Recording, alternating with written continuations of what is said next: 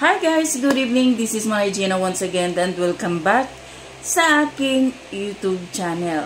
So still dito pa rin tayo. Topic pa rin natin si Bel Mariano at si Donnie Pangilinan sa kanilang MediaCon. Kasi nga meron akong napanood na sobrang natawa talaga ako.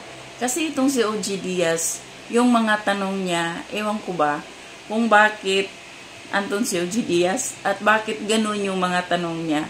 So panoorin natin guys yung sobrang tawang-tawa si Donnie Pangilinan sa sinabi ni Bel Mariano. Guys, ito, let's watch this. Kasi lahat naman tayo, siguro nung bata tayo, nangulangot tayo, di ba? Wag lang bata. Nung bata, may kulangot with caution. Wait lang. Normal lang naman yun. Yes. Kulangot. Oy, wait lang. Normal lang naman yun. Basta Ng koko, ayoko yun. Oo, yung gumagano. Tapos sobrang deep na nito. Piling gumagano ako. Ano? Kulangot, kuko sa paa. Ano ba yan? Ano pa Diyos po? ko. So yan guys, napanood natin at dito ako sobrang natawa talaga sa reaction ni Donnie. Na parang gulat na gulat siya na, ha? Nung bata ka lang nangungulangot? Parang, paano ngayon? Di ka ba nangungulangot?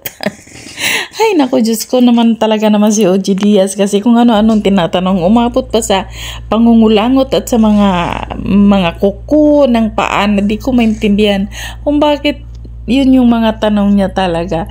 So yun lang guys, natawa lang ako at na-share ko lang din sa inyo. Yun lang guys. Thank you for watching. Bye. God bless everyone.